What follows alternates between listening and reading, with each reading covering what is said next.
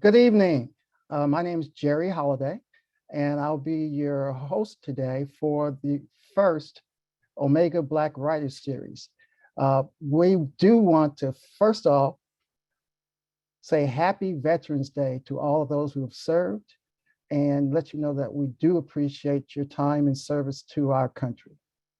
With that, we'd like to tell you the goals of our series today, the first one. We are going to bring you some real world examples of what's needed to write and publish a book. We have some outstanding, successful writers that will be talking about their experience, and not only the experience of writing the book, but also the process of getting that book published. We also want you to be engaged and learn from these individuals and know that they will be resources for you after today's webinar. You will get their contact information. So if you do want to follow up with them after the program, you will get that opportunity. But one of the other want to accomplish today is that you will add them to your libraries, to your bookshelves, and read their outstanding works that they have published thus far. And with that, let's get started. And we're going to start with introductions and have each author tell you about their book. So Leary, please introduce yourself and tell us about your book. Thank you, Jerry, and happy Veterans Day to everyone also. Well, I'm Dr. Leary Adams. I've served as a military officer, a classroom teacher, assistant principal, a highly qualified principal, an entrepreneur, and now an author. I have presented on various educational topics and best practices at the national level, including the Council of Great City Schools, the Association of Black School Educators, and the National Association of Elementary School Principals. My book, entitled An Educator's Journey to a Successful School, is about building a dedicated professional team with a common vision of educating every child. My school included a majority of historically underrepresented children and second language learners. As we know, in the not so distant future, most of our school-age children will be children of color. It is my hope that my book will serve as a guide for school success. My book is a quick read, full of methodology, quotes, and takeaways. It tells how a team with training, a systemic school-wide plan, and a dedicated, no excuses attitude went from a failing school to a high-achieving school. I recommend my book for any school because it incorporates many effective leadership strategies. And I also recommend it to aspiring and current administrators, teachers, and leaders, regardless of your occupation. All right, thank you, Dr. Adams. And I was remiss, I did want to indicate that one of our authors, Charles Clark, the author of My Brother's Shield, is not with us tonight because he is in Cleveland as his mother recently passed. We want to keep Brother Clark in our thoughts and prayers and wish him and his family well at this time. So let's go to our next writer. Gerald Curry, introduce yourself and tell us about your book. Thank you, Brother Holliday, and thank you, audience, for being here today. The title of my book is Striving for Perfection, Developing Professional Black Officers. The book, I believe, is titled appropriately. While serving as a colonel, as a group commander at the Air Force Academy, I kept seeing a lot of young minority cadets coming into our military, not being prepared, trying to assimilate their culture, their backgrounds, and getting the Air Force as an institution to change. Well, of course, the Air Force wasn't having that. So I kind of started putting together a lot of notes, and I kept repeating the same thing to several of my cadets. I've been a 6-time commander at every level you can possibly think of.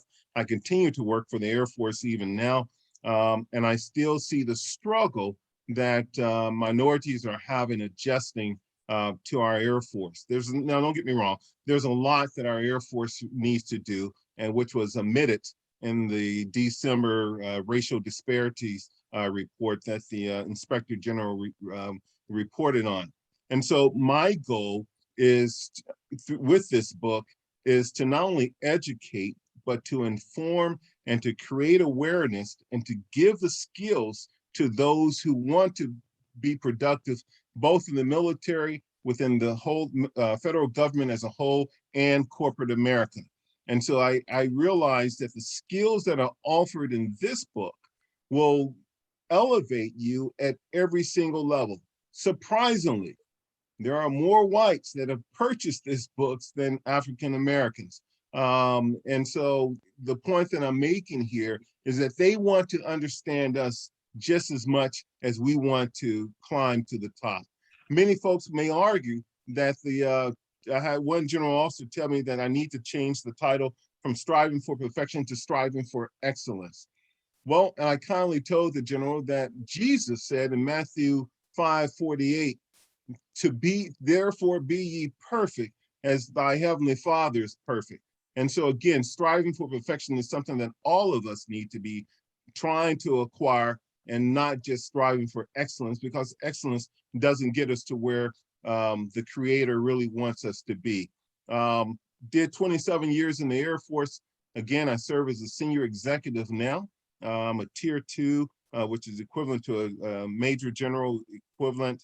I'm also co-owner of Curry Brothers Publishing, where I serve as a chief operation officer and entrepreneur speaker. I've spoken all over the world, and I will leave it at that and pass the baton back to you, Brother Holiday. Thank you. All right, thank you, Brother Curry.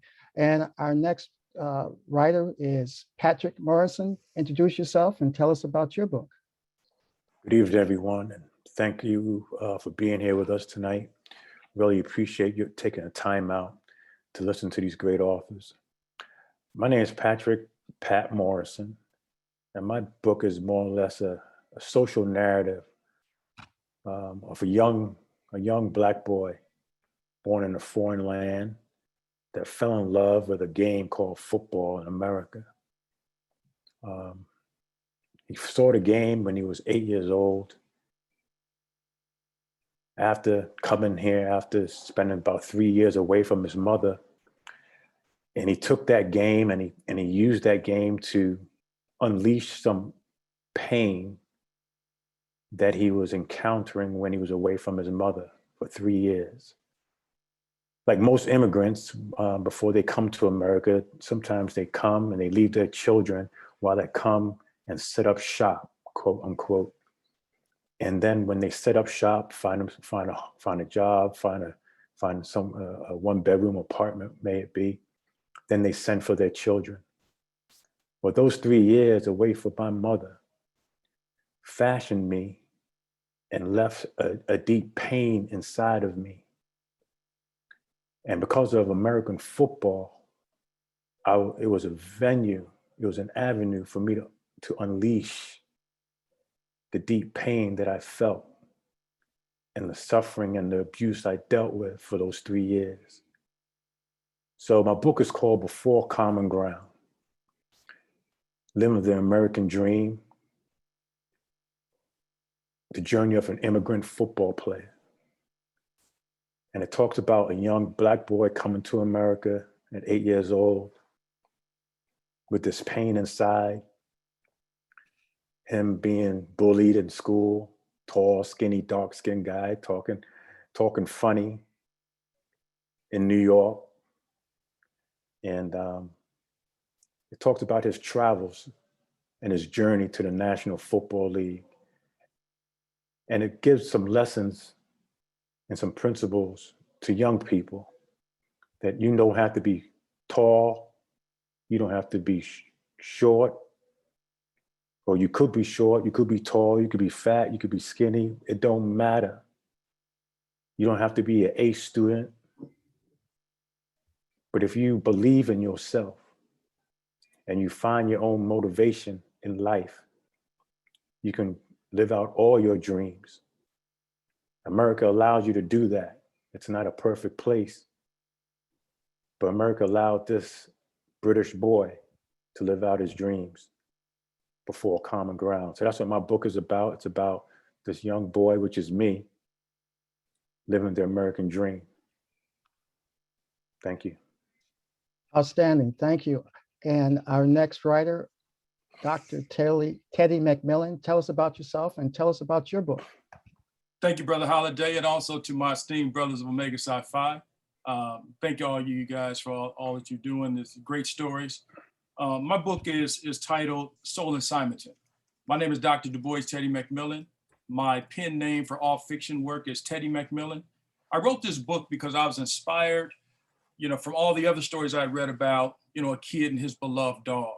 I read Old Yeller as a kid, right? So that, Fred Gibson's book.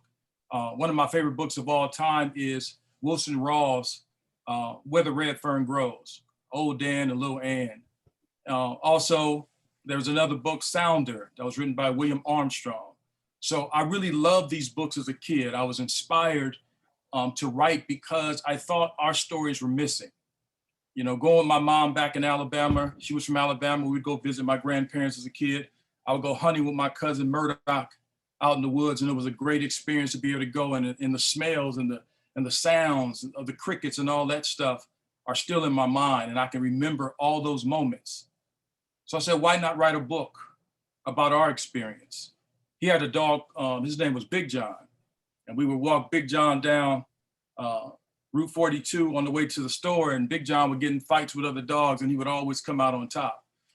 So I felt like there was an opportunity to write a story about an experience, particularly in a setting in 1943 in Conecuh County, Alabama.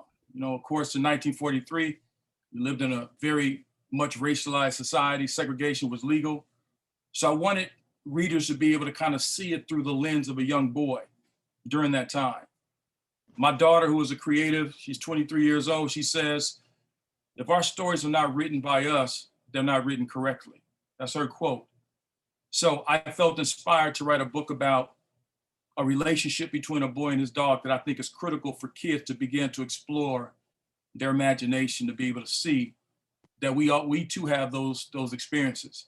And I'll get into it a little bit later about the second motivation for writing this book. And I think it was something that really put me on the path to really discovering something brand new and a new struggle for me to try to bring literature written by African Americans to the classroom so that our children can be inspired by the stories and our experience. So that was my real motivation. Soul in Simonton, SOL, which is short for Solomon, and Simonton is his dog. So that's the title of the book.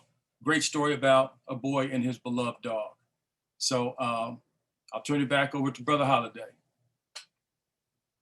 All right, thank you, Brother McMillan. And joining us and who will tell us about his book and introduce himself is Bill Whitfield. All right, Bill. And you got it. Thank you, sir. You want me? Can you hear me, Jerry?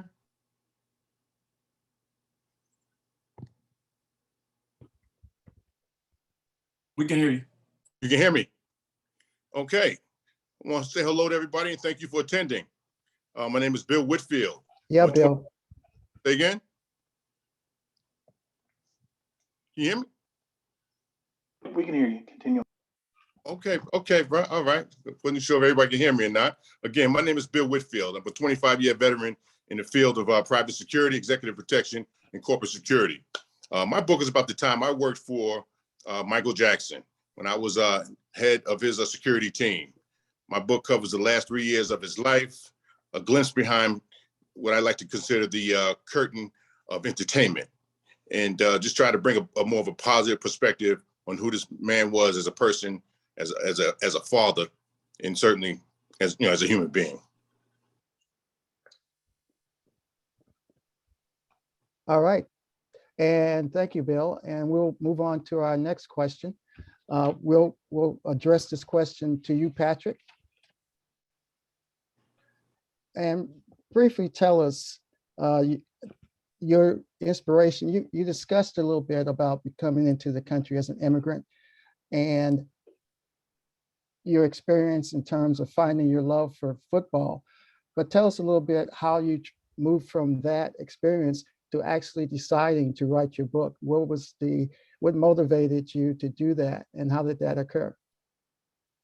Well, as you know, we live in a society that loves sport and play and entertainment. Um, so once my career was over, I moved back to New York and Connecticut. I was always invited to come speak at different groups, maybe it be high school, elementary school, football clubs, notary clubs, whatever it may be. I was invited because I was a quote unquote former professional football player, right? So every opportunity I had to tell my story of how I made it to the National Football League was another opportunity just to tell my story. And as time went on, people heard my story and said, "Hey, you need to put that in a book." Because a lot of people, it's one thing to say, okay, you play football, but I think what was really intriguing to a lot of people is that they didn't think I came from that background of abuse, of being neglected, or being bullied. And I think a lot of children and young folks saw themselves in me, and believe that, you know, if Pat Morrison, who's not even from this country, can make it, there is still hope that I could probably still make it, playing football or basketball, or be a doctor, wherever it may be, even though I'm not perfect right now at 9 years old or 10 years old or 15 years old. There is still hope. So yeah, so that motivated me to say, you know what, let me put it in writing. So years ago, like 2000 or something, I started writing this book, and then I just put it down. You know, I got busy with life and raising my own sons and my own daughter. Just got busy until the 45th president of the United States was in 1600 Pennsylvania Avenue, and he made some comments about immigrants, and it really touched me. That he spoke so negatively about immigrants, which we all know that America generally, if we generally speak, was created by immigrants. And of course, the slavery history as well. But we know America as a land of immigrants that comes and participates in the development of America. And that really made me feel some sort of way, because my mother came here as an immigrant, cleaning homes, living in that 1-bedroom apartment, being abused, being bullied at school every day. And we fought, and she worked hard. She worked 3 jobs to make sure her sons were made it through school. And one's an engineer, and one's a professional football player, one's a MSW worker and an entrepreneur now. And that is what America's all about. So when you hear someone talk negatively about that, that just motivated me to say, I got to finish this book. I got to let everybody know my story and not get caught up in this foolishness that we're hearing in the airwaves, the narratives that are being written about immigrants. So that's what motivated me to finish it. That's what gave me the inspiration to finish it. Believe it or not, was the 45th president of the United States of America.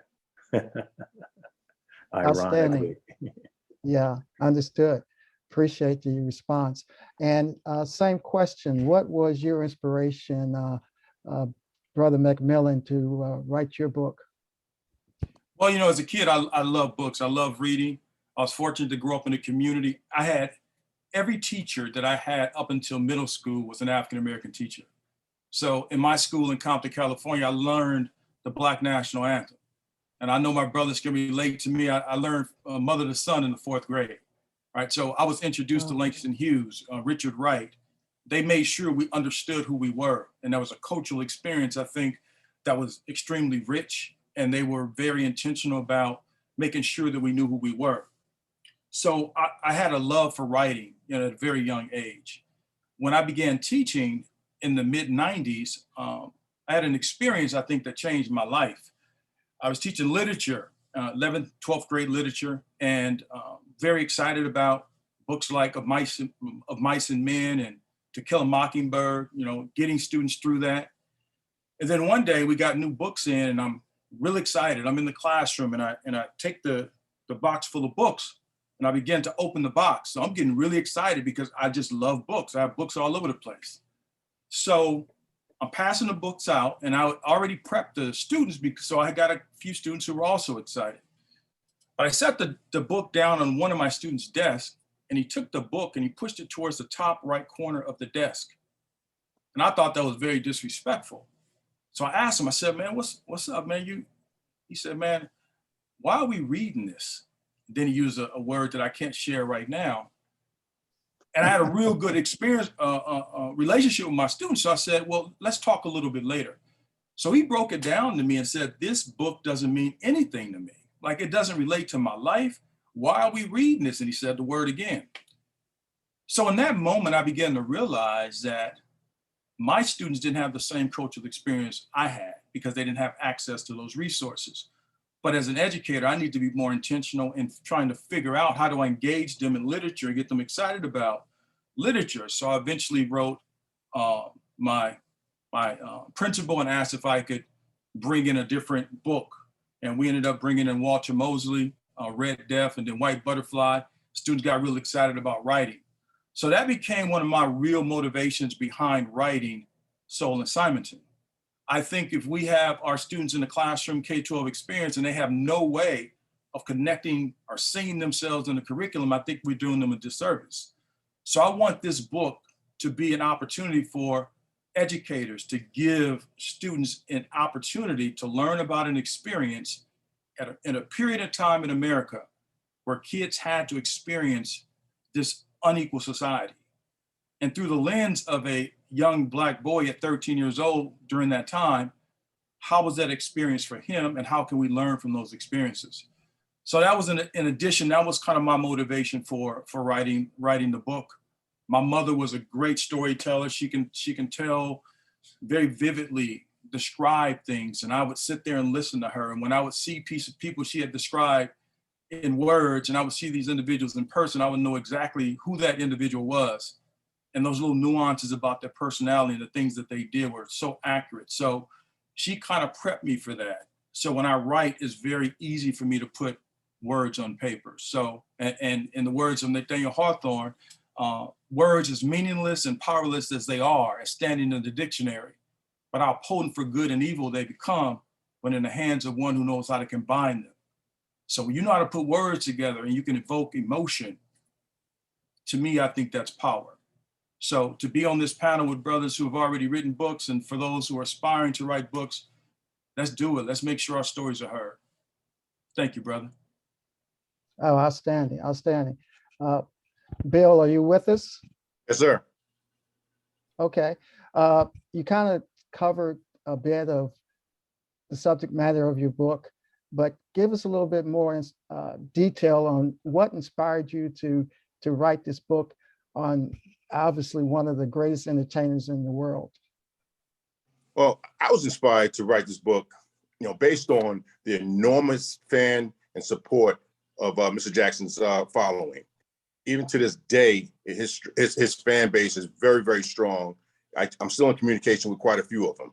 It's because of his fan base and the love that I've seen and the relationship that I observed between him and his fans is what I felt somewhat obligated to bring that of which what I experienced and what I witnessed working with Mr. Jackson the last 3 years of his life. And it was more than just bringing, not bringing the entertainer to surface, but the man, the person, the father, something that the tabloids spoke very little of. It was always very negative. But having worked with this gentleman, for Mr. Jackson, which I always considered him Mr. Jackson, certainly out of respect, but bringing the light of the personal side of who he is and who he was, not only to his fans, but to the world, to those that was, I believe, misled. And perfectly speaking, I was one of them. I kind of fed into the news prior to working for him. And once I did start working for him, it made me want to seek out who he really was. And I was blessed with the opportunity to work alongside of him. And I did get a true glimpse of who he really was as a man, as a person, as a father. And I wanted to share those experiences. And again, I felt obligated to share that with those that was just really misled to who he really was. Outstanding. And as a fan, I do appreciate the time you took to get your book published and give that other side. And Dr. Curry, what is, and tell us a little more about your inspiration on your recent publication, on your book. Thank you, brothers. I definitely appreciate my motivation to write this book was frustration. It was purely out of frustration. I got tired of seeing young brothers and sisters being kicked out of our military for not being prepared. And so as a young colonel, being able to sit them down and to kind of pour years of wisdom into them, hopefully to get them on the straight and narrow to kind of get them started. But just like Dr. McMillan here, my thirst, my love, my passion for literature began at a very young age. I was fortunate enough to have Miss Oprah Winfrey as my babysitter when I was growing up. She was about 12, 13 years old. I was about 5, 6, 7 years old. And we didn't have a library in our community, but we did have a bookmobile that would come in our area for every 2 weeks. And so she made us check out 10 books at a time. And then we had to give book reports to her, oral book reports off of what we read. And so I would like to kind of think sometimes that I was in her very first book club before she became rich and famous and things of that nature. But mom and dad would sit us down. Dad's a minister, mom's school teacher. And so they would read bedtime stories to us as far back as I can remember. My father had his own personal library, which I've inherited some of those books here in my own library. And so I've been able to kind of carry it on to my kids and grandkids as well. And so there's a passion not only for learning, but for writing, for telling our story. And I believe that it's imperative, it's absolutely critical that we continue to tell our story in our own way, in our own words. And so, again, I applaud Dr. McMillan's daughter for making the quote that she did, and she's absolutely right. We have to tell our story in our own words. And I'm going to leave it there because I want to be mindful of our time. Thank you.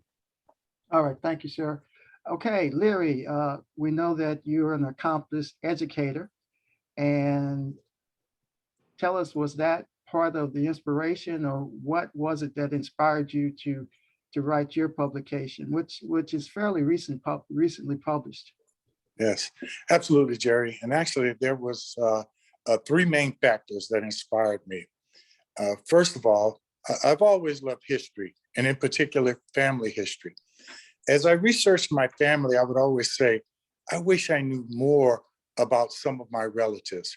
And what I thought was, by writing this book, I would give my family, for generations to come, a window to share a small part of my life that was significant to me, and that was being the education of youth. I also thought that it was important for me to document the journey I traveled with a wonderful team of professional educators that strongly believe that all children, regardless of the color of their skin, their language, or socioeconomic conditions, can be successful. Lastly, I would tell everyone, tell their story. It is important that you tell your story. If you don't tell your story, someone's going to tell it for you. And it doesn't have to be a published work. It can be a journal that will give those coming behind you a glimpse of who you were. When I do Black history presentations, I tell students about Dr. Carter G. Woodson and how, as a historian, he documented events to educate future generations. I ask them to interview and document the history of their grandparents and great-grandparents. You could look in their faces and see that they get so excited to get home and to do that. And you can almost look into their eyes and see some of our future writers. Thank you, Jerry.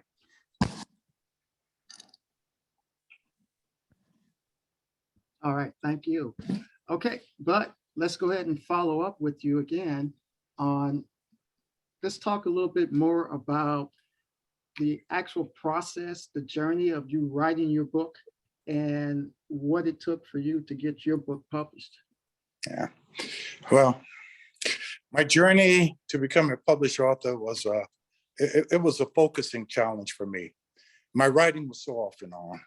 I would go months without writing anything. I would also go back and forth about what I wanted to put in the book. I discovered that when you're writing, you can go down so many rabbit holes. Many times I started writing about one thing and my mind took me in a totally different direction. And Jared, what I found is that it's important to make your outline and stick to it.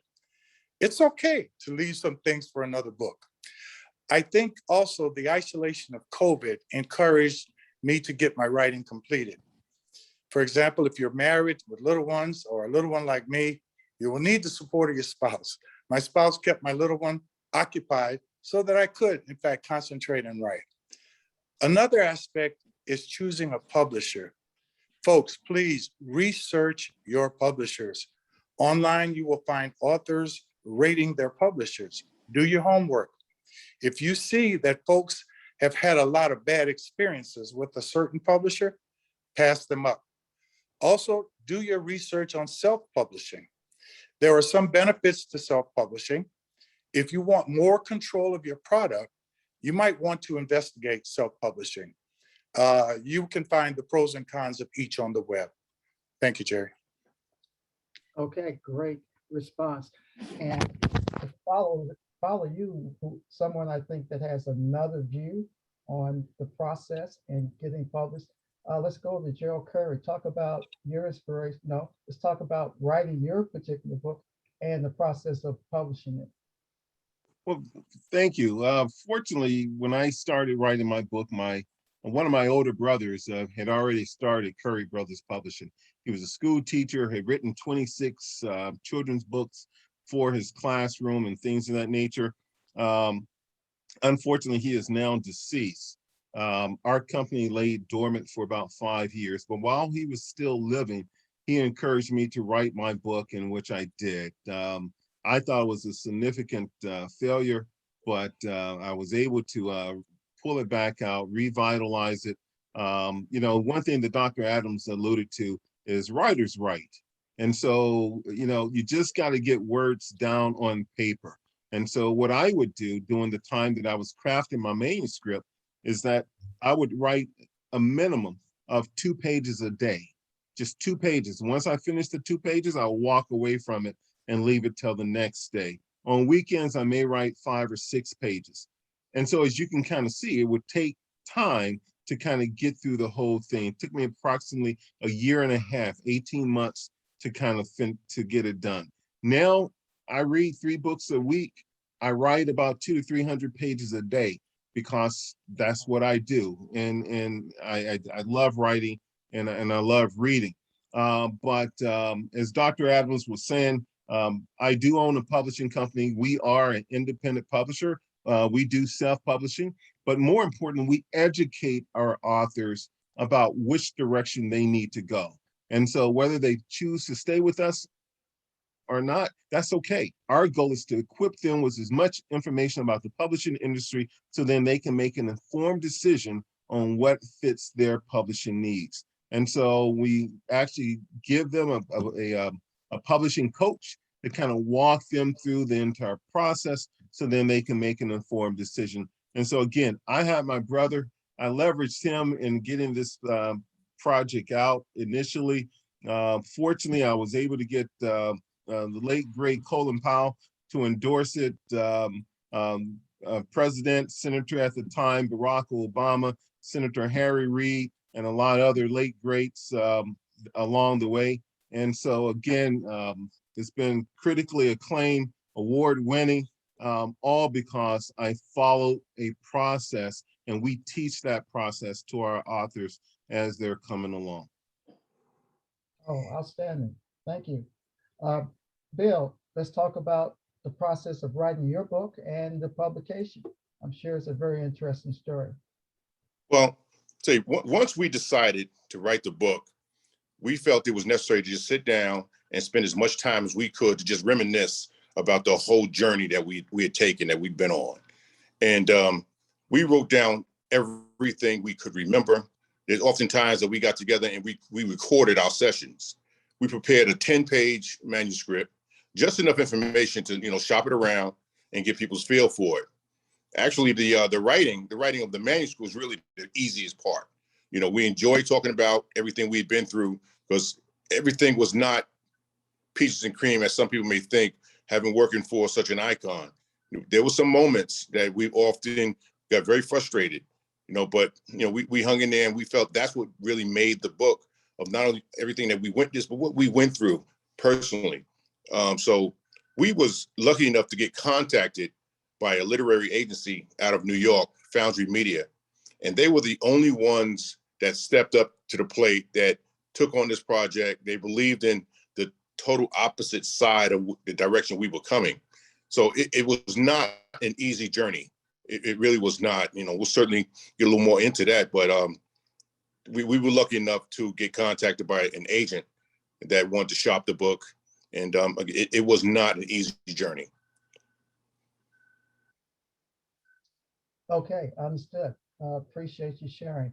Okay, Dr. McMillan, let's talk about your writing experience and the process of getting your book published. Thank you, brother. Also, thanks for the brothers, Brother Adams and Curry and Whitfield. I think they shared some really valuable information. Hopefully everybody was taking notes on that. One of the things that I stay true to is my outline. I think Brother Adams talked about that. Dr. Adams said that. The first step in my process is the outline. And I know I'm gonna sound a little technical here, or academic here, but I use my left side of the brain when I'm outlining, right? So I try to be very strategic about what I'm thinking about when I do the outline. I'm not trying to change a lot. I'm just trying to think about ideas and get them down on paper. And then after that, I begin to kind of build the outline out. These outlines might form into kind of chapter main topics that I'm trying to cover. I think about the protagonists. I think about, what is their real struggle? What are they trying to get out of this thing? What do they want? Because that begins to kind of shape how I'm going to fit this into a 3-act structure. Very specific tools that I use. There's one called the 15 beat sheet that was created by a guy by the name of Blake Snyder. 15 beats he feels every story has. I use that beat as a structure, and from there, I build it out into different plot points in my story. So a lot of this is done before I even start writing, because I think once that structure is in place, the book is going to write itself. And I'm speaking more specifically here about fiction, because this is about Soul and Simonton. So once I do that, I try not at all to edit in my first draft. I want to just get the ideas down on paper, because I want to give it over to a beta reader who's going to give me some feedback on the structure of the story. I don't want the beta reader giving me, correcting any grammatical errors. I don't care if there's a misspelled word, right? I want you to tell me, am I hitting the point as far as a story is concerned? What I use for the story and getting into shaping the story is a book by the title of the book is Story by Robert McKee. Phenomenal book. You have to get that if you want to kind of really know how to break down scenes. Dwight Swain is another one. Techniques of a Selling Writer. Those two books I really use to kind of shape the story, but the structure and the frame of the story I create in my 15 beats. After I give it to the beta reader gives me feedback. Then I start taking that feedback and kind of shaping the story. And once the story is shaped, I'm basically doing my second draft, and then I send it to my editor.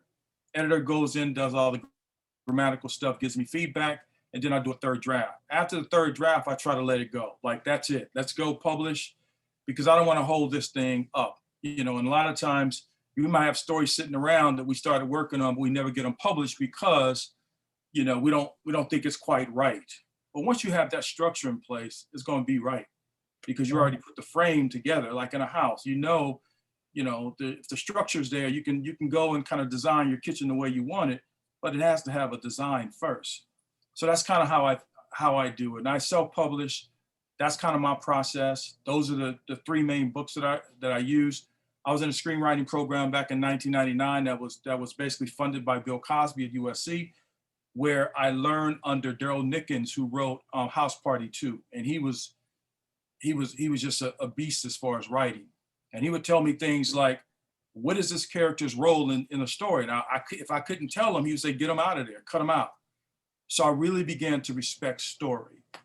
So those techniques I use, I self-publish because I want my story to be heard. I don't want someone telling me that I can't write a particular story. I want the freedom that's liberating for me. So I self-published, and things are going well. These stories are really great stories, I believe. Soul and Simonton, and it's something I really had dreamed about doing, and I'm happy to be able to say that the story is complete and is out on Amazon. So if you want to pick it up, you go to Amazon and pick it up. So that's kind of my structure, my process, but to respect the process. Your story doesn't have to be perfect. Let the first draft be garbage. Just get the feedback that you need to shape the story, and then you get into the editing. And that's my advice. Okay, great, thank you. All right, Patrick, let's talk about, actually, you mentioned that you started your book quite a while before you actually finished it, and what your motivation was. So let's talk a little bit more about once you make the decision to get back into the writing, what was that journey like? And once you actually decided, I'm going to finish this project, what was your process and the journey to get it published? So I'd like to camel back on what Dr. McMillan is saying. A friend of mine who lived down in the Maryland area, she was a writer of children's books, and and we all went to high school together. Her name was Wendy, and I told her I wanted to write this book, and she said, "Pat, just write, just put your thoughts down and just write." And I was saying, "Well, I'm not a writer, Wendy. No, I don't know how to write." She said, "Pat, just write what you know. Just put your thoughts down on the paper." So knowing the way I think and what she said, and like Dr. McMillan was saying, I like to be organized to a certain extent. So I organized what I was about to write, however it would have came out, in an outline form. So at the beginning of my book, I talk about the first moments of life. From the first light that I saw as a baby in the roof of my house. That's the first remembrance of life that I remembered coming into this world. So I started from there, and I talked about being an infant. I talked about the Beatles, right? I talked about the Beatles. I talked about that one flat that we lived in England. So I broke it down in pieces that I could relate to, and I could expound on. So now when I started to just write, I remember those moments in time. I remember that blue room with that one single light hanging from the ceiling, and me crying in my crib. I guess that's what it was. I guess that's all you can see when you look up is that light, right? So I wrote about those moments, and as I went through the book and I went through the outline, and chapter after chapter, every chapter was a different part of my life that I wrote about. And then when you put it all together, next thing you know, you got a whole life in front of you. And so that's what I did. I just wrote. And then started to look for, I wanted to self-publish because I didn't want my words to be changed. I want it to be as it is. And I believe Dr. Adams and I used the same publisher, Durant's Publishing out of Pittsburgh, PA. And they published my book, and they edit it. They do the whole 9 yards. Like I said, I'm not a writer. I didn't know the system. I didn't know the process. Sometimes you get frustrated with the process because you say, wow, why the process so long? I gave you everything you need, but it's the process, right? It's the process that you have to adapt to as a non-writer and understand. They're trying to put out the best view of who you are to the rest of the world, right? And that's not my expertise. I'm just a layman putting my thoughts on a piece of paper. So I did that. And I'm thankful for Durant's to help me move that process along, move my thoughts along. But once again, it was just getting my thoughts down on paper as I knew them to be true, and let someone else put it all together for me. And that was my process.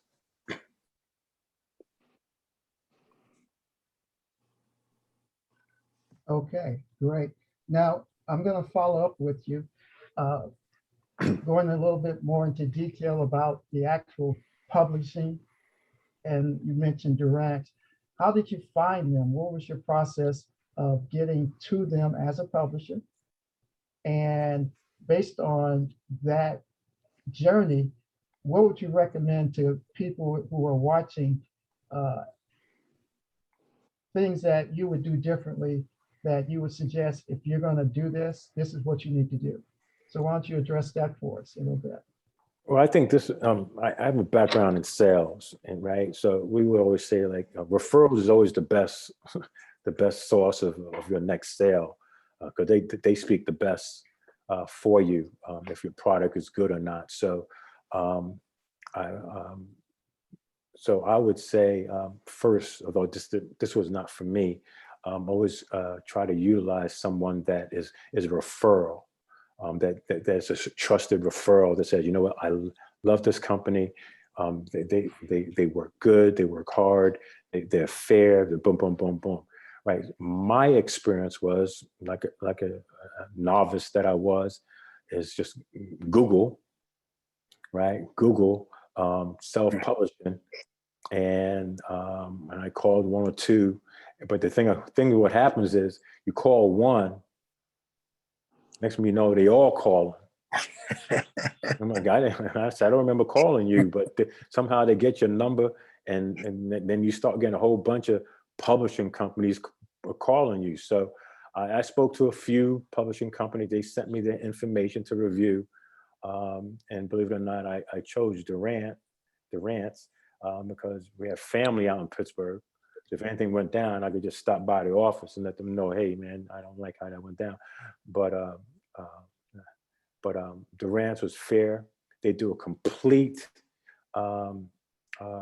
management of your product from the beginning to an end. They edit, they double edit, they triple edit, they do the margins of your book. They do everything. They send it out to different platforms and outlets to get your book seen, as well as bookstores that's in your area. So it's easier for you to go and do book signings that's in your zip code. They send it to the local news agencies that have, they have their own literary departments that review books. So Durant's has all of that in their cachet that helps the writer get their book heard and seen by many eyes, from many eyes.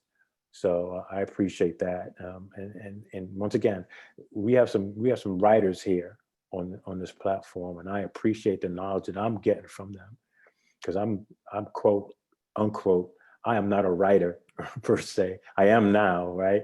But I wasn't a writer by nature, and I'm learning a lot. And I've done it. I've written these 2 books, and the third is going to be coming out. My second book's coming out probably this week. They sent it to my house in Connecticut, but I'm not there to pick it up. Upon this ground I trod. Okay. The journey continues, and that's going to be on Amazon as well. And it talks about my life as a football player. And this is what. And I went back to Durant's, and they did the whole nine yards. Even though they had my information from before, they start from scratch because they know this is a new project, new mindset, new words, new delivery, whatever it may be, new characters, and they start from day one fresh and through the whole process again. And it takes a moment, 8 months, 9 months, but it's ready to go. Oh, great, outstanding. All right, and Dr. McMillan, you mentioned that you self-published. Let's talk about that process and how someone would be able to do that, and what are the pros and cons of self-publishing? Thanks, Brother Holiday. First, I released my first book back in 2005. We didn't have Amazon. I don't even think Amazon existed at the time. I'm not sure. But of course, you couldn't do print on demand. So we had to do a short run. There was a company, I think in Oklahoma. I self-published the book, but they were the ones who printed it out. So I think I did a short run. My wife, wonderful wife, who's always been supportive. We got on the phone, started calling local bookstores. We got in about 5 or 6 bookstores here in LA. The process was very different during that time because we were sending books out. We would get the books, package them, go to the post office, send them off, and hopefully there was enough profit margin on there that would make sense. But I started saying, well, this is pretty hard as a self-publisher to really like turn this into an opportunity business. Amazon has revolutionized this whole process. So what I do from start to finish right now is make sure I have a quality project. And at the end of that project, I have a product that can match anything on the market, anything you pick up in Barnes and Noble, because I trust that process that I created. So I do a lot of the layout stuff, but I have a graphic designer that works on it. I have a beta reader that's a part of my process. I have editor that is part of my process. I have, again, people that I might call on to do some of the technical work. But now, when I take my book and complete the book, I was on Amazon earlier today, so I had some issues with a margin, and I had to go and correct it, like to embed some fonts. A lot of this stuff is tedious, but what's happening is I'm in full control of the process. So once I upload my book to Amazon, they're reading it and they're reviewing it. The second book that I'm putting out, actually, this is the third book. It'll be out next week, called The World's Easiest Book on Becoming Anti-Racist. That book will be out next week. So Amazon is reviewing it right now. And once they approve it, it'll be available on Amazon next week. And I don't have to worry about shipping anything. All of it is shipped from Amazon. Someone purchases the book, Amazon ships it out. To me, that revolutionized this whole thing for me. I know there was print on demand, 5, 6 years ago, but Amazon split is so good as an author that you'll be able to see the printing costs of your book, whether you want to do it in black and white or color or whatever, and you'll be able to see how much you're going to be able to get on your split, which is pretty good. For ebooks, you get 70%. That's pretty amazing. For print books, it's about 35 to 40%, but that's still good. So the self-published, you don't have a lot of times the marketing dollars as major publishers have, but what you do have is the power of social media, which is the other element I think that is underutilized by self-publishers. So I've been kind of testing some of these things out. I understand how Facebook ads work now. I understand how Instagram ads work. I had to ask my kids for a lot of that because I don't understand Instagram. But Amazon also have ads on Amazon that you can purchase to market your book. So anytime you go and type up Teddy McMillan and you're looking for Soul in Simonton, my book is never the first thing there. You'll see these other things. You might see a treadmill. You might see a book. You might see products that someone is selling for dogs. So what's happened is those individuals have paid for that to get their ads at the top of the list when someone does a search for anything dealing with a dog. So those are things that I think we need to be a little bit more informed about, because I think there's a revolution taking on right now in the publishing business, and we can capitalize off of this thing for anyone who's looking to self-publish. I don't know all the answers and I'm still learning, but this is intriguing to me. Like, this is different than it was in 2004 and 2005 when I released my first book. The middleman, in a sense, has been totally taken out of the process if you want to go the self-publishing route. So that's kind of my process, and that's what I'm doing. Released another book next week.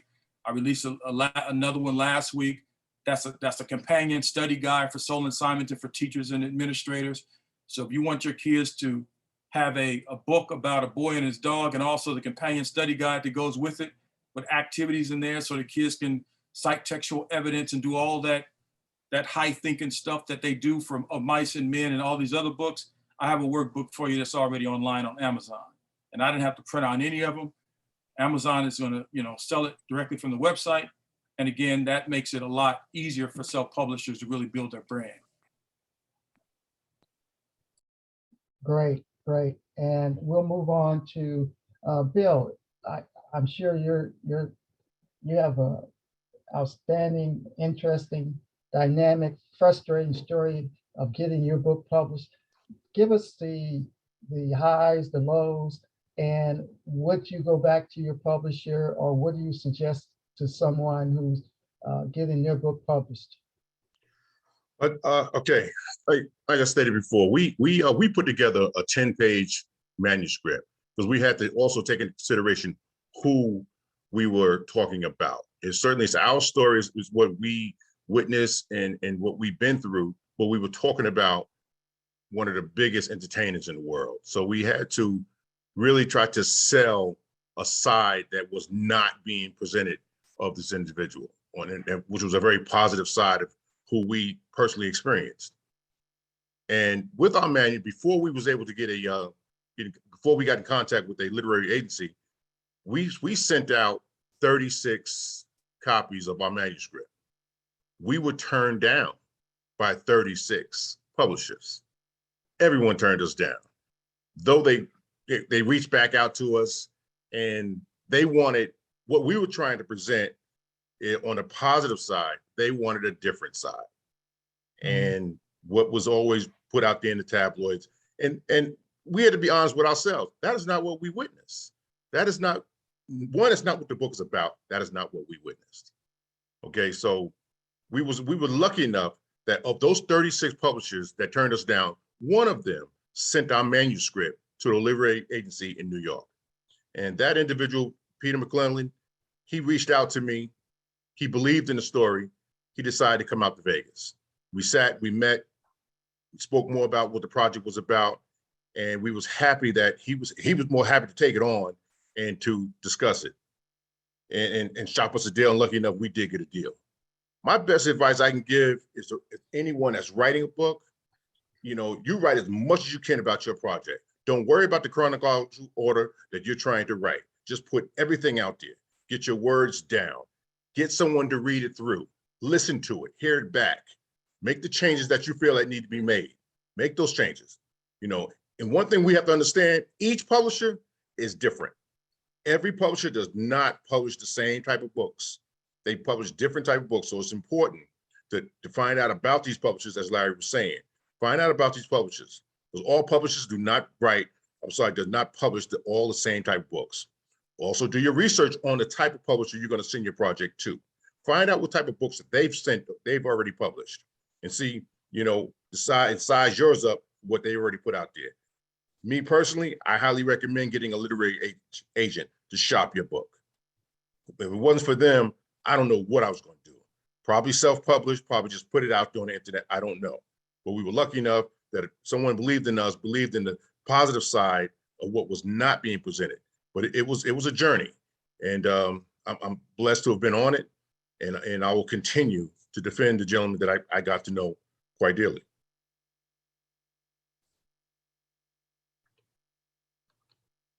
Great, outstanding. Gerald Curry, as a publisher, I don't have to ask about your publishing journey because you're basically doing that. What would you suggest to potential writers in the audience about that process and what you can provide to them as a service, since you are in the publishing business? Well, first of all, hopefully they took notes from everyone tonight, because what Brother Whitfield and Brother McMillan offered were spot on. You need an outline to start. You just need to, as Brother Morrison said, you just need to keep writing. Just throw everything you can on that piece of paper and follow your outline. One thing that we offer is a literary coach or a publishing coach to kind of help walk you through the entire process. If you're going to self-publish, then, as Brother Morrison said, you don't necessarily have to know everything, because you need to hire someone that actually does know everything about the industry. I attend conferences around the country all the time with some of the top publishers in the country. And what they realize is that the vast majority of all future books will be written by people of color. And so they understand that there is a cash cow in folks that look like you and I. And so they're trying to tap into it. And so what Brother McMillan is basically saying, make sure that you protect your intellectual property rights. And so make sure that everything that you do is copyrighted in your name, that you have a certificate for it that's registered with the Library of Congress. Therefore, everything that you publish is protected for 70 years after you die. Now understand that 70 years after you die. So that means that your great-great-grandchildren will continue, as long as it's in print, will continue to receive proceeds from your work right now. That becomes a game changer. You know, some people may think, well, I'm not going to make a lot of money if I self-publish, but you can if it's properly marketed. We have our authors that are actually have books in Walmart, Target, Costco. We're working with the military to get them in armed forces AFIS facilities across the globe. That's 1,400 different facilities worldwide. And so to include airports, we're in Nashville International Airport. And so again, we're working to get self-published books and as much distribution as we possibly can. So if there's anyone out there that's writing, if they want to just to kind of help with marketing, then our office can kind of help do that well along with you. Give us a call. I believe I offered my 800 number on the literature that went out. My email is also there. So feel free to reach out to us and we'll do everything to make sure that you're supported and that you're successful in this way. All right, great information. Okay, Dr. Adams, you mentioned that, well, Patrick mentioned that you're both with Durance Publishing. So tell us about your experience and your recommendations to anyone that's in the audience thinking about writing and trying to publish your book. Can you share that with us? Thank you, Jerry. Well, to begin with, I had no idea at all about what to do to get published. And like any good educator, I started doing my research. And what I found that self-publishing was best for me because it gave me greater creative control over my book's content and appearance. But you've got to remember that when you self-publish, you take on many of the tasks that the traditional publisher would do for you. Also, with self-publishing, you may not get the larger distribution that you would get with the traditional publishing. You have to basically do your own marketing. So there's pros and cons of each, and it just depends on what you're looking for. For me, I just wanted to get my story out there in hopes that it could help others with school improvement and to just tell my story of that educational journey that I had with a wonderful team of professionals. I also wanted to make sure my book was published because going through traditional publishing companies is no guarantee that anyone would want to take on the expense of publishing your book. So when you self-publish, you basically pull your own strings. And Jerry, I liked that independence, and that's why I went with self-publishing. Okay, outstanding, appreciate it. Okay, to the audience, we could go for another hour easily. There's a lot more we had talked about individually before the program, but based on trying to be appreciative and understanding of others' times, we are going to move into our Q&A section. We had committed to answer questions at the end, but before that, I do want to thank each and every one that took the time to join us this evening and listen to these educated and very capable, caring, community-minded writers who are giving of their time. they are not receiving any type of compensation. In fact, they are basically helping pay the cost of this program. So with that, I'm going to ask everyone that is watching tonight to go to Amazon and purchase the book of one or two of your favorite authors from tonight. That is a way of showing your appreciation. And honestly, we presented this as Omega Black Writers Series because we had more writers than we could accommodate in one program. So we do have a second program scheduled for December 2nd, which is a Thursday at the same time. So we will have a different group of writers. And for us to consider continuing the quote series, we do need to get some feedback. We do have social media on Facebook and Instagram. So please leave any comments, suggestions, recommendations on our Omega Black Writers Series, Facebook or Instagram. Please follow those pages so that we know that there are people who are actually being positively impacted by what we are doing, what these gentlemen are doing. Again, I'm going to ask each and every one of you to go out to Amazon and purchase a book or multiple books and to support these gentlemen. And if you are with an institution and you need a speaker, as you can see, these gentlemen are well-versed, educated, and well-spoken. They would be great speakers for any youth program, employment programs, motivation, training, leadership. We have gentlemen here who are leaders, who are proving themselves in multiple areas, and they would be great presenters for you in your program. And let it be known, they may be closer to you than you think. We cover from East Coast to West Coast and points in between. So we are not all in the same location. So we would ask you to do that. And before we move into question and answer, I do want to give a few our panelists. Thank you so much for participating this evening. We also, as you might have noted, I'm sure most people are aware, it's Omega Black Writers Program. We are all members of the Omega Psi Phi Fraternity Incorporated.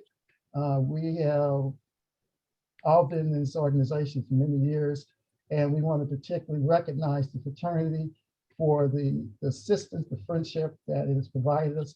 We want to personally thank the Kappa Psi chapter of Omega Psi Phi located in Las Vegas for their sponsorship. And I want to recognize the immediate past bosselist, Jamon Kearney, and the current bosselist-elect, Dr. Andre Denson, for their support of this program, and the 12th District of Omega Psi Phi for your support and sending this information out to every member of the district, led by District Representative Mr. Kwame, or Brother Kwame Dow. We do appreciate your support. We also want to recognize an expertise that we were given by Nikki McKinley. We want to thank you for supporting our venture. And we could not have done this without our man, Donovan Bell. He is our IT. He's the man that puts it together, holds it together, because we didn't have a clue.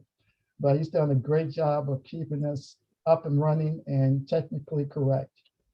And also, I was informed just a little while ago that we have a watch party. A watch party by the Iota Gamma Omega chapter of Alpha Kappa Alpha Sorority Incorporated. We want to thank you, ladies, for appreciating the value that we present of your time and having a watch party to watch us. Well, this was brought to our attention, and one of our presenters said maybe the next one can come from your watch party live.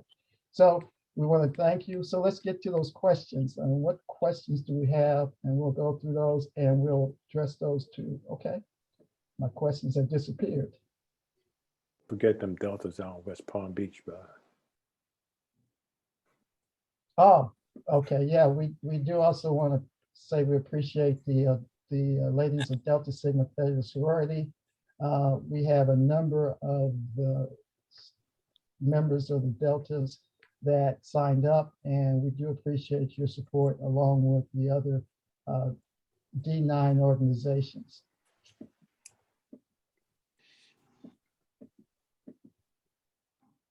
Okay, so let's see. I'm looking for our questions, and they seem to have disappeared from my chat.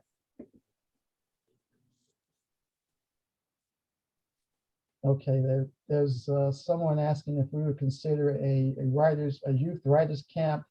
Again, the contact information for all the writers participating tonight was listed in the chat, but also will be sent out, I believe, via email to everyone that registered and provided their email. So you'll get the individual contacts for them.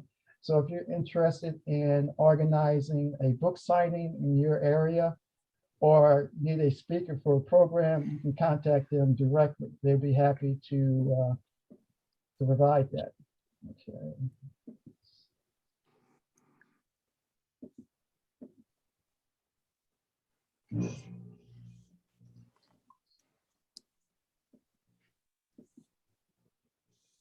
Okay, Dr. McMillan, Jamel Farr asked, what about jinx? I'm not sure what that is.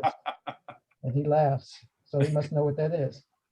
Yeah, so that was I wrote my first book in 2005. I released it, and I wrote 4 chapters of a book about a boy growing up in Compton in 1979.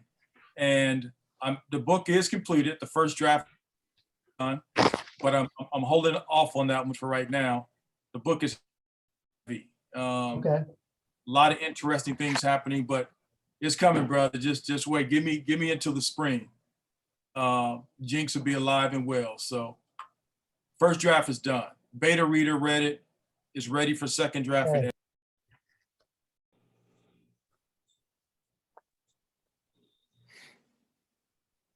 Okay, we have a question from Doc Robbins. What did you learn about yourself through the process of writing your book? And let's put that one, Patrick, let's ask you that. What did you learn about yourself through the process of writing your book? Although I have a lot of friends, and a lot of people like me, and they like the way I smile, and I get along with a lot of people, I was an angry man. I was an angry young boy. I had a quick twitch, ready to fight. And I didn't realize what that was, right? Until I think my high school coach told me like a couple of years ago, and and it really like hurt me. He said, Pat, you were finicky. I said, what do you mean you was finicky? He said, couldn't no one say nothing to you? I was a firecracker. I think Bill remembered, they called our defense the crazy bunch in football. And it was led by a lot of crazy dudes. He's laughing.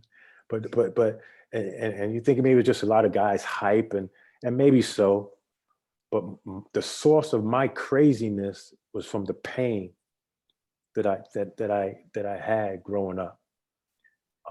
So I learned, although on the outside I may appear to be a nice, go-lucky guy, but I realized that, you know what, I really had an anger problem, had an anger issue that was filled with pain and historical pain that was part of who I was that I needed to address. If I was to have a successful relationship moving forward as a grown man. So that's what I learned about myself. Writing about this book and reliving those experiences and understanding why I was crazy, quote unquote, and where did that come from? You know, so that's that. Okay. Great, thanks for sharing that. And Patrick mentioned Bill, and they actually went to high school together. And under the category of small world, I contacted them. They were contacted totally separately, not knowing they even knew each other, much less actually going to high school together. And actually, becoming members of the same fraternity. So, it is a real small world. All right, very good. And we'll move on to Michelle Ware, who's also a proud member of Delta Sigma Theta. And let's, Dr. Curry, let's have you do this. Do you vet your topics with others to see if there is an audience for it, or do you just write what's of interest to you? It's a great question. I already know that what I write is an interest to everyone because I write toward filling a need. And so it's not, I follow my gut instinct. And so if there's something that's interest to me, I know it's probably interest to a lot of other people. I just need to make sure that I find the right words to format it in a sense that's applicable to others. And so I consider myself a master writer. I've been on stages, global stages from the UN all the way down to elementary schools, and I've written everything in between. I publish a monthly leadership column in the Urban Voice magazine right there in Las Vegas, Nevada. And so do I need to search for what other people are thinking? Through all of my outlets, I get to remain in tune with what's going on in the world. And again, I follow my gut instincts. And so I look internally for what I need to write.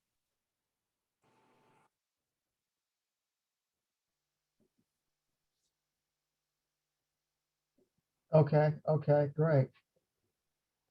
Okay, and someone else asked that you post your number, but I did see that in the chat.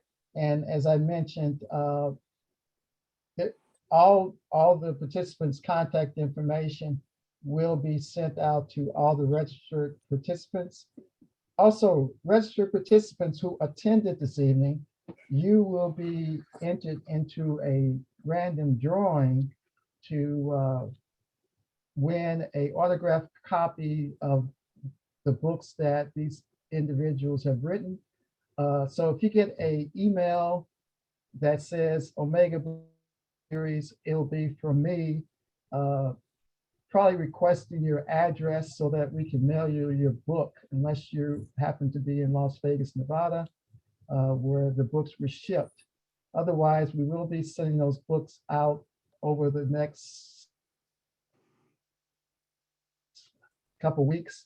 And and if we don't have your email, but have a phone number, if you get a call from a 702 area code, again, that will be me calling to get your mailing information so that we can send out your book. Let's see.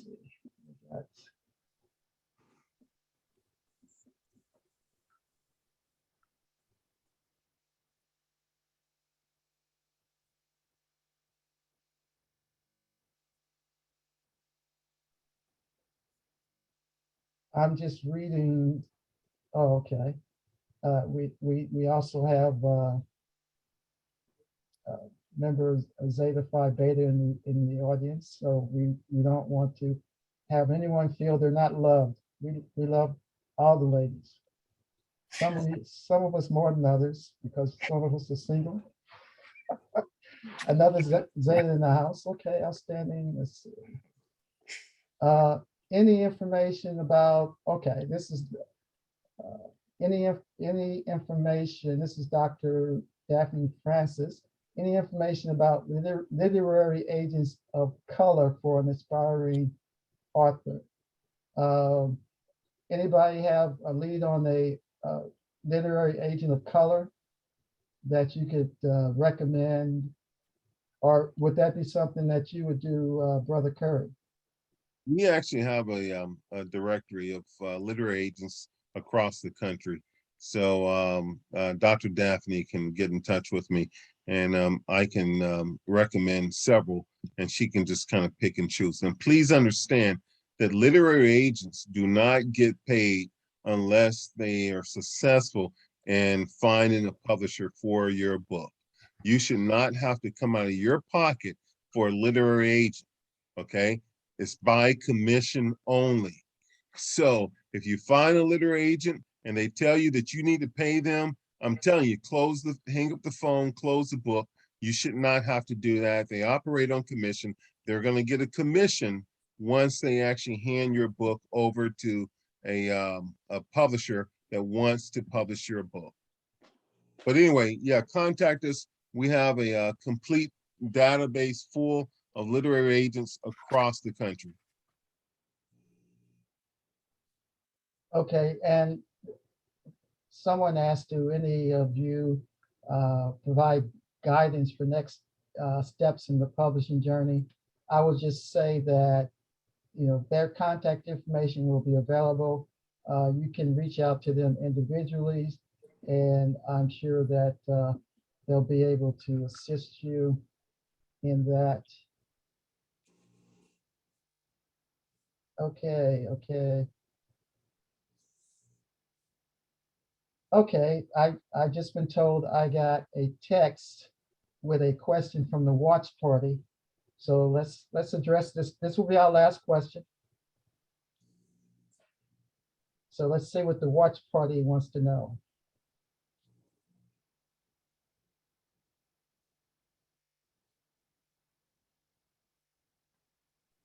Okay, Leary, this question is for you. A couple of the educators from the watch party would like to know his take on the book banning revolution in schools across America. They say it's big in the DMV, which is where they're located down in Prince County, I believe. So what do you think about the book banning revolution in schools? Well, what I feel about that is that they're trying to stop people from telling the story, the real story. They're dealing with his story. I really feel that if it is legitimate history and it's been researched, then the bottom line is no one should be able to stop that from going into the brains of our kids. They need to know what the real situation is. If they don't know all of our history and some of the things that we've gone through in our country, the real things, then they'll never be able to change anything because they won't have any understanding. So no, if it's crap and if it's not truthful, of course it should be stopped, and we always have stopped it. But if it's real history, no, our kids should get the real deal, and we owe it to them, and we owe it to ourselves as a nation to make sure that those kids get the truth. Okay, great response. So we're going to end for tonight.